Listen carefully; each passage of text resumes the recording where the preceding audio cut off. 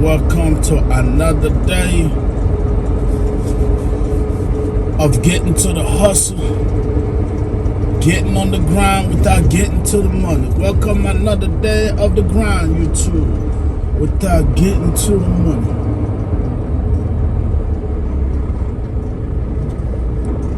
Sorry, we had to wait for old boys in the pickup truck to give us a thumbs up. Oh yeah, those are all people out there getting to the grind, but not to the money. Let's join the pack. Let's join the pack, YouTube. Let's go on out here and join the pack. Welcome to the notorious staging pad. Day in and day out.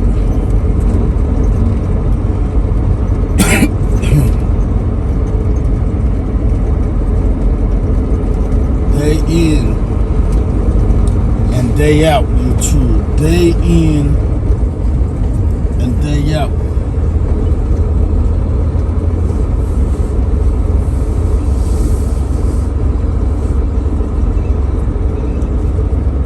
Day in, day out. Welcome getting to the hustle, but not getting to the money. Oh man, another day of the hustle, baby. Another day of the hustle. Another day getting to the hustle, but not getting to the money. We'll be right back, YouTube.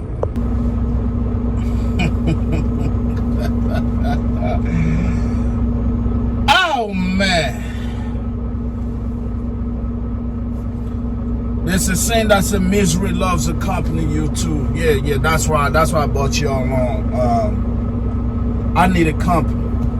It ain't because I like y'all or none of that. I just need a company, YouTube. That is all that is. I need a company. Y'all get what I'm saying? Misery loves company, YouTube. Whew. Now this is for all the oilfield hopefuls. This is not Hamilton first time to the oilfield. Does that make sense? This is not 2017. Let me give you a little history. Back in 2017, we were out here slanging them tables at Olive Garden. Y'all get me? We were slanging them tables. I'm talking about piping them tables at Olive Garden. 2017. Actually, it was 2016. 2016, my bad.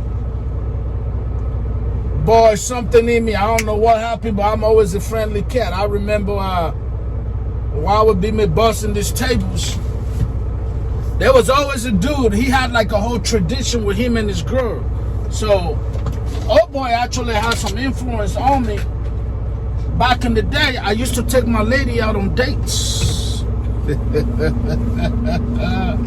Long story, man. Long story. You know why we ain't even no point in all that. But the point is, oh boy used to come, I think it's like every Friday. Yo, hold on.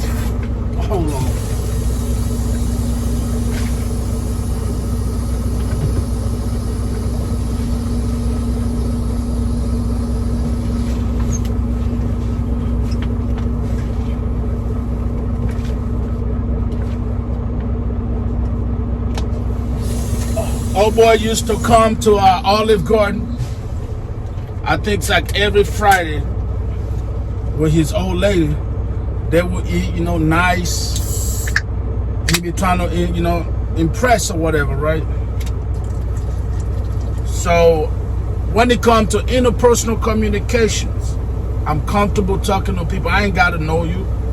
I mean, I respect boundaries, so really all you gotta say is no. Once you say no, I let you go, right? So it was a routine with him. Big dude. So one day, we were chopping it up or whatever. I'm a cool cat. I'm cool with everybody. So we started talking. It turned out that he was a truck driver. This was like 2016. He was a truck driver. He actually drove like furniture trucks. You know how like two guys in the truck type of thing, right?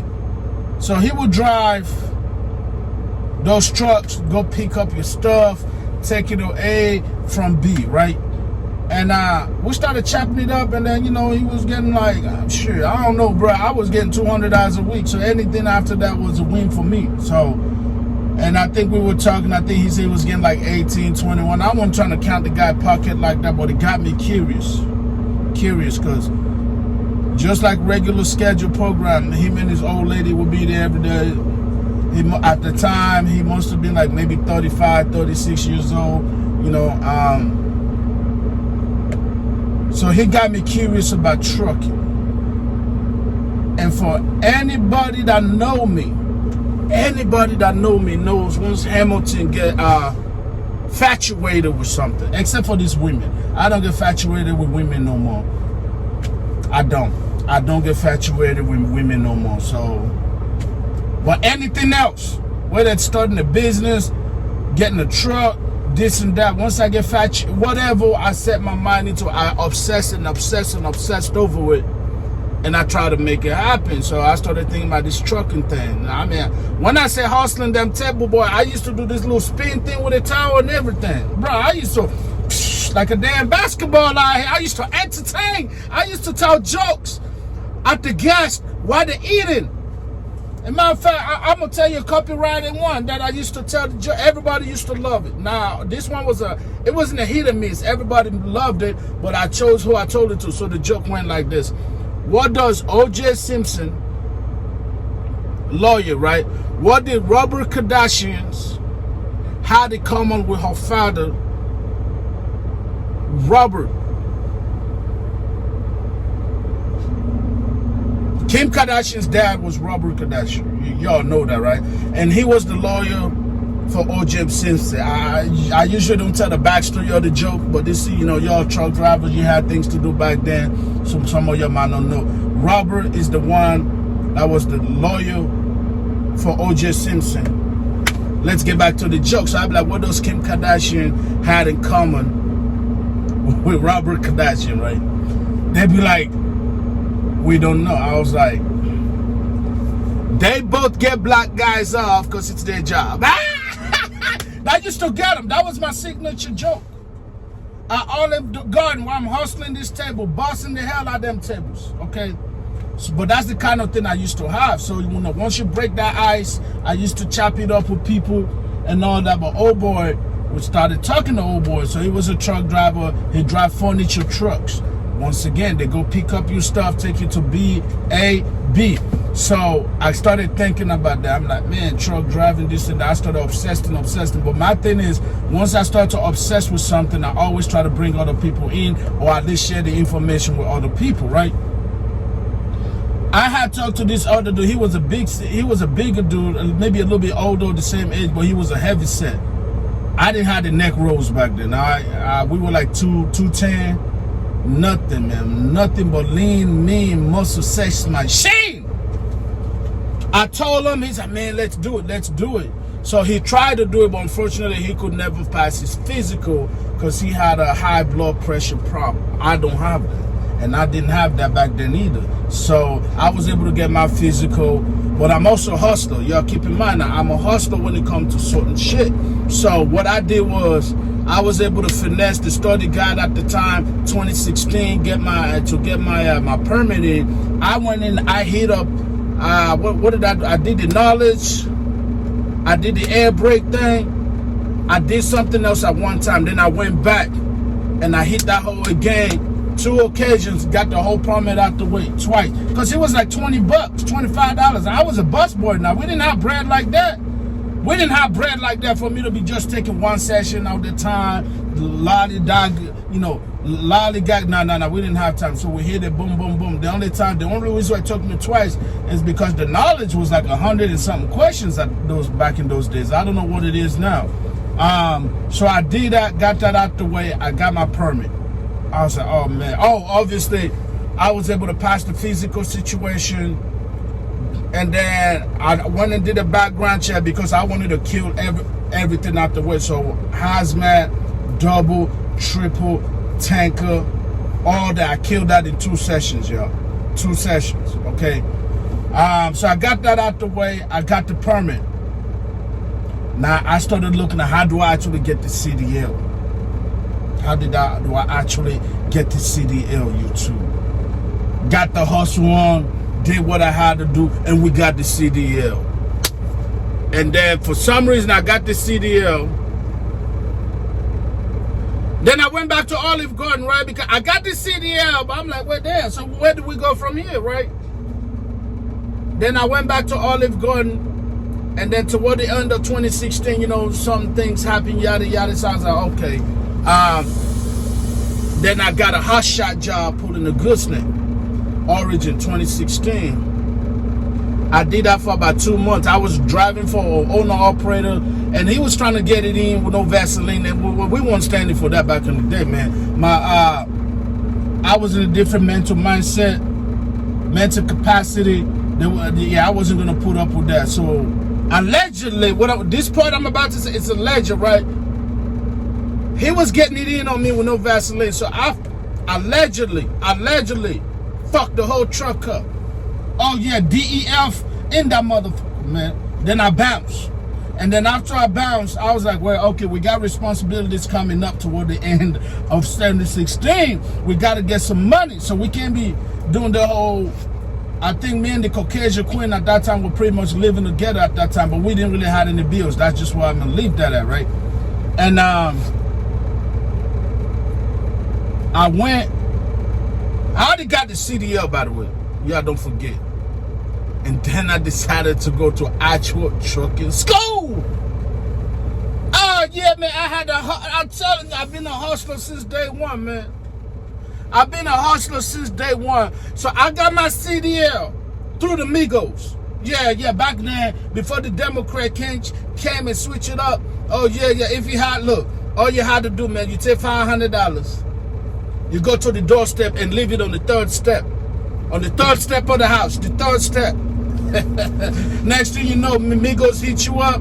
You go do a couple laps. Boom. The Migos had connection with the DMV. Oh yeah, you leave the $500 on the 3rd step of the house. Next thing you know, hey, you ready? You go do a couple laps in the neighborhood. 2 days later, you at the DMV taking the damn test.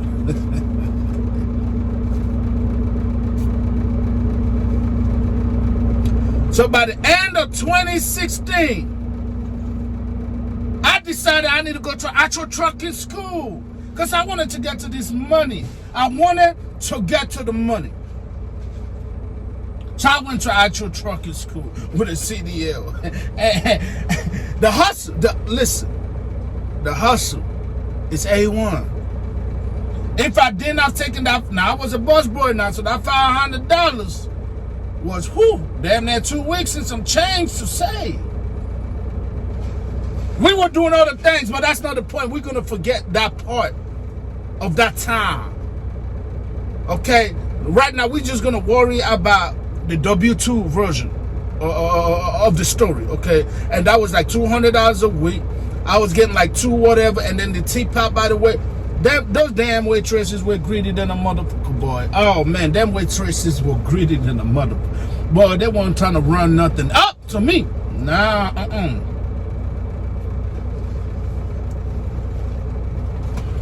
So for a bus boy, making 2 a week, depending on tip out, I think that's what they call it at the time, taking $500, leaving it at the Migos step, the 3rd step at the Migos house now, wasn't easy. It wasn't easy. Focusing on the W-2 part, of course, in this story. We ain't talking about whether it was easy outside of the W-2 or not. We ain't gonna talk about that. But we got it done. We got the CDL. And boy, I was looking online how to get to this bag. Man, I didn't know how to back a truck. But I was scared of heights. Need a less seat in an 18-wheeler before in my life. But the boy had a CDL, damn it. I was searching up how to get to the bag. Now, I can tell y'all all this now because statute of limitation, number 1, it don't even matter. But you can't do it now. You cannot do it now. You cannot do it now. That was one of the greatest finesse of all time. The greatest finesse of all time. I've damn near grossed $600,000-$700,000 since then. I ain't got it. That ain't the point though. The greatest finesse of all time. It took only $500 to put it on the third step of the Migos house. You knock and then you run off. Next thing you know, you get a phone call the next day. You do a couple laps around the neighborhood, and the Migos had a connection at the DMV, Harris County, DMV on 59 North. That's all I can say. 59 North. I was in that like 2 days later, boy. She almost messed up the script. Hold on, let me back up. She almost messed up the script when it came to that, by the way. She almost messed up the script. She almost messed up what her and the Migos had going on. But this woman had the nerve to ask me to parallel park while I was doing the driving test. I was like, hold on now. Hold on now. You know why I'm here. You know who I'm with. You know, what's up with this parallel thing we're talking about? What is up with this parallel parking? She's like, oh, I'm sorry, I forgot. Are you with the Migos? I said, oh, yes, ma'am, I'm with it. She said, yeah, just skip that. Just skip that. Just skip that. She said, she pointed at the tire. She said, what is this? I said, that's a tire. She said, you passed. You passed. You know that's a tire. Oh, yes, ma'am, that's a tire. The biggest damn tire I ever seen in my life. Oh, yeah. You passed. You passed. I'm like, hold on now. You know I'm with the Migos. Right? So I know I passed, but you know I'm with the Migos. I don't want no restriction now. No, hey, no restriction now. Because that's right when they started bringing that restriction nonsense. No restriction now. She said, you know what, you're right. You're with the Migos. No restriction. The boy had a CDL with no restriction and having stepped a damn feet in an 18 wheel. I was scared of height. This right here is high for me back then. Boy, I was scared of the mofo, but boy. So getting back to the story, I'm like, damn, you know, if we're gonna do this, we can't be bothered. We got responsibility coming up at the end of the year. It was, you know, August, September, October. I said, hold on now. I gotta get out the parents' house. We got responsibility coming. I gotta do, you know, I already got this. We can go back to the plant and be a helper, which at the time was averaging anyone between $18 to $21 an hour.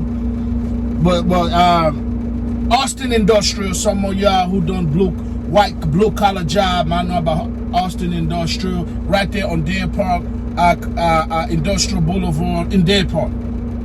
Oh yeah, I tried doing that too, man. I used to show up at like 2 a.m. Stand in line, first come, first serve. Whatever jobs they had, they just give it away for the week. Whoever's enter, sign on the dotted line. You go to the window. So what are you interested? Oh, I want to be a whole watch. Okay, we got 2, 3. This is when it starts. This is what it's paying. You want to yes or no? Yes. Oh. You don't want to do a whole watch. You want to be a scaffold builder. That's what I was going for, was scaffold builder. They were paying like $21 an hour. I didn't know the damn thing about scaffold building, and I'm scared of heights. But that just should give you a preview of the hustle. It ain't on me, it's in me. You understand? The hustle has never been on me, it's been in me. But I did all that. But finally the CDL came through. Went and ran for this old dude, because that one was a pick for like 3 months. I quit. And we did what we did. Allegedly, I already said I ain't repeating that. But let's just say he ain't going in on anybody else with no Vaseline ever since. Not that I heard of. The HR lady still cool with me, because every now and then when I put my resume together, I will forget how many months I worked there. So I called her. She still recognized my name, and she F with me. But I was a hard worker for that 3 months. But you ain't about to get it in. You know, I got a Genghis Khan state of mind. I'm not going to give you no details, but if you know how Genghis Khan move, y'all will understand what that reference means. I got a Genghis Khan state of mind when it comes to executing certain things. But now it's time to make the CDL work. I got everything of God's green earth. I didn't know how powerful it was. I look online, where do I get to this money? At this time, $500 was a whole lot of money a week for me on a W-2. Yeah, don't forget, now we came for $200 a week, boy. I hit up research. I saw Swift come up, Warner, everybody. I'm like, you know what? I don't even know how to drive. an 18-wheeler. Everybody was like, come on, you get a little trainee. I'm like, nah, y'all gotta listen. I don't know how to drive. I don't want to, because when I called Swift, they wanted me to go straight to Lancaster, get in with a trainee, run this in. I'm like, hold on, slow down now. I know the kids got everything that you desire on the truck driver. I mean, we got the double, the triple, the hazmat, the this, the that. Listen, but I don't know how to drive. I don't know how to drive. They said, so what you want to do? Look, if you got a school, send me to school. That's how I ended up to Swift Academy, baby. The greatest finesse of 2016.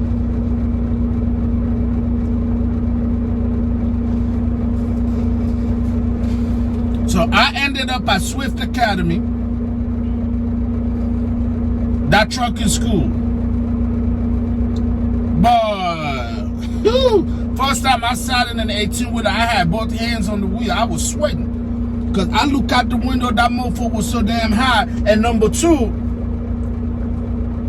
I-10 used to have I-45, interstate or Highway 45 used to have the longest construction ever. They took forever. They still ain't even completed yet.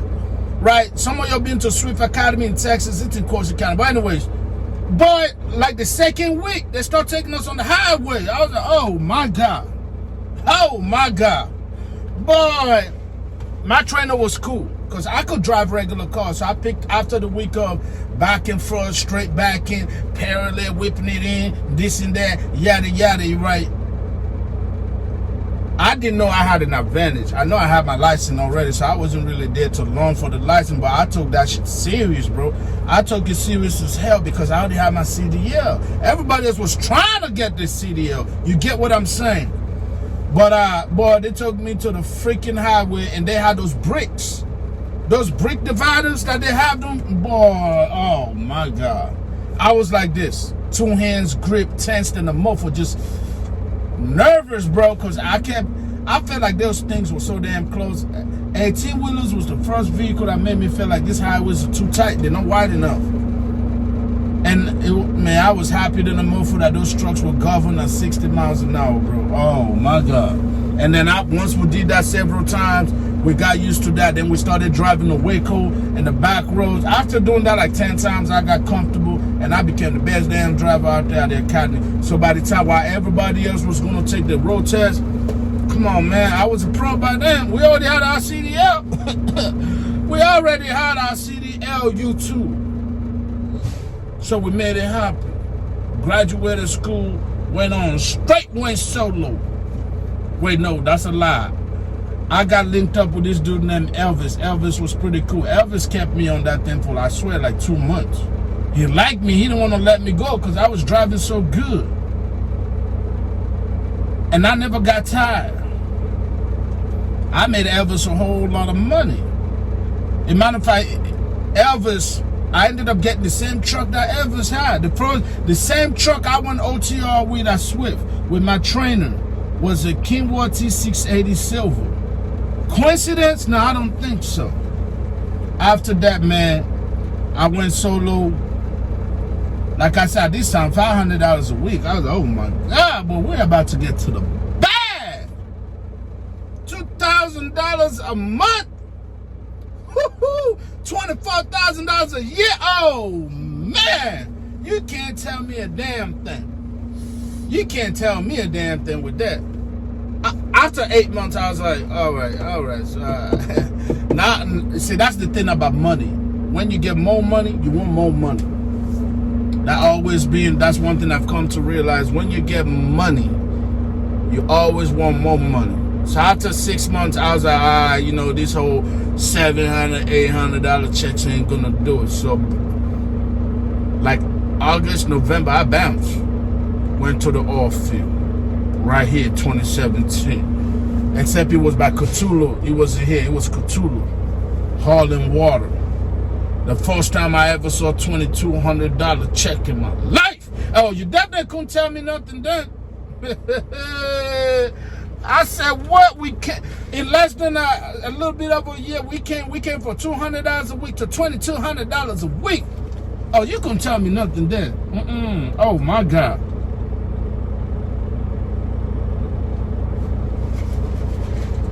But people were getting to the bag back then. I had an opportunity to make more money. But don't forget, I just had like barely a year. I was in the oil field in the trenches. Y'all seen the old video with the vacuum truck? Yeah, that's what I'm talking about. The vacuum trailer, yeah, hauling water, showing up at the freaking well site with no lights, rattlesnakes all up on the left of me, raccoons on the right, H2S at the bottom.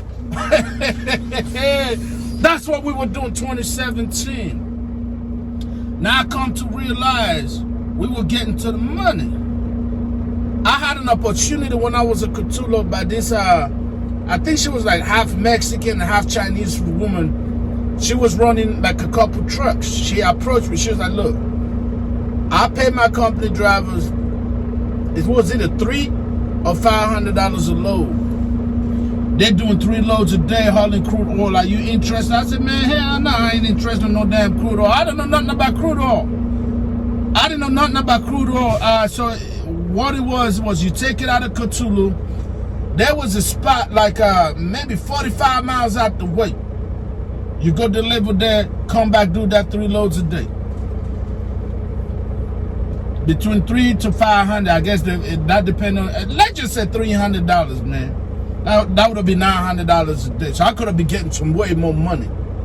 But I chose to settle for $2,200 because it was the first time I ever seen some real money. And $2,200 was fine by me, man. It was fine by me, boy. After that, we didn't drink, we didn't do nothing. So, I mean, shit. Caucasian Queen got a place, apartment, and all this. I just wanted to let y'all know. But back then, YouTube, people made so much more money because, I'm going to tell you, which don't exist right now. Truck drivers, oil field, especially in the trucking. Back then, oil field workers were getting this thing called a detention. Motherfucking detention. Like right now, I'm sitting for the free, not for the fit. In 2017, if I was trucking I never sat, by the way. I never sat when I was out there because I was getting straight pay. It was $20 an hour. I was happier than a white girl that just landed an NBA player. Straight pay. I was putting in 24, 36 hours a day. That ain't even possible. I define time itself. I was running 24, 36 hours a day. No sleep. Sometime after I do that 36, I pull over to the side of the road, get me a 4-hour nap, wake the hell up, get back at it because the co-workers I was working with didn't want to work. Hamilton didn't care about no damn rattlesnake on the left, coyotes on the right, H2S at the bottom. I didn't care. I had me one of these H2S monitor. I look at the coyote, I said, look, man, if you want beef, come on. But don't fuck with the money. I look at the rattlesnake, I said, I'm not the one. I will step on your damn head. You trying to F for this money. But I was making so much damn money in Cthulhu. It was a damn shame. To me, it was a whole lot of money. First time ever. Came for $200 a week. Within a year, escalated to $2,200 a week. Straight pay. Damn near under the table. I didn't even get a pay stub. I got a check. Oh my God. But it was good. Later on, I found out that people that were on W-2, they got detention. Let's get back to detention. They got detention. People that were hauling sand in Cthulhu, Laredo, they got detention. People right here, Midland, Odessa, Pecos, Mono, and Rank, they were getting detention. Yeah, so when your ass sat, like I'm sitting right now for the free, not for the fee. Back then it'd be for the fee. When you sit out the well for 8 hours, you didn't care. You were getting $30, $40, $50 an hour. If you were owner operator, they were giving your ass $150, $200 to sit out this damn well, you too. That's what oilfield is all about. That's why everybody in the mama can't wait to run to the oil field back then. Now we can't wait to get the hell out. I already told you a previous video, I'm trying to thug it up because I'm trying to get me a house, so I need a W-2. I need a W-2. 1 year is out the way. Oh, we started in 2024, January. 1 year is out the way, you two. 1 year is out the way. 1 year is out the way. Are we gonna be able to survive 2 years? Hopefully. Hopefully. But Genghis Khan's state of mind, don't forget. You gotta move accordingly. Oil field, that's what oil field was, 2017, 2018, 2019. You're getting to the money left and right, day in and day out. I don't know what the hell this is. I don't know what the hell this is right now where I'm at. I don't know what this is. I'm about to start making a set of videos that are gonna blow your mind. They're gonna blow your mind, okay? I'm gonna record it right after this. But that's the journey of chasing Mr. Hamilton, man. How we went from crumbs. That's why when people try to give me the breadcrumb theory, I see what it's coming. Cause I came from getting crumbs to knowing what a real porterhouse steak tastes like. I came from getting crumbs off the table to the porterhouse steak, a Texas steakhouse. So I know what it is. Don't give me no breadcrumb theory, man. Don't feed me just a little bit so you can have me stick around. You, man. But that's the story of chasing Mr. Hamilton, man. How we came from the trenches. How we did the greatest finesse of all time. The greatest finesse of 2016. I went to trucking school with a CDL. I went to a CDL school to learn how to get my CDL with a CDL. Come on, baby. I went to a trucking school how to get my license with a license. While everybody, I ain't gonna lie, I was sweating too, bro. But I felt like some of the instructors didn't know I already had a CDL. I didn't tell nobody. Swift knew. But they were on my ass, and I was taking everything in, man. I became the best damn driver they had. My instructor loved me, because he felt safe with me. As soon as I got behind the wheel, on the phone, hitting upside chicks, baby mamas, when the other drivers get behind the wheel, because we will have about 3 drivers to a truck. When we do these runs to like Waco, or we do this run to the other place going toward Houston, man. What's the name of the place, y'all? By Mahia. Some of y'all, you went to the academy, you know what I'm talking about. Whenever the other drivers get behind the wheel, he dropped the phone, sitting up. He got the baby powder, nervous than the motherfucker. When Hamilton got behind the wheel, he laid back, relaxed, damn near take a nap. The whole time I'm sweating, vice grip on the steering wheel. But I learned. Most of the people I went to school with, I think that we had like 40, 50. Only like 12 graduated. And I'm one of them. One of them who graduated. Greatest finesse of 2016. Who the hell go to a school, learn to get your CDL with a CDL already? Hamilton did it.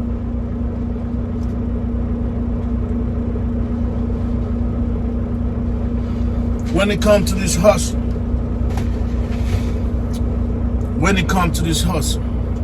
I got it in me, folks. Not on me.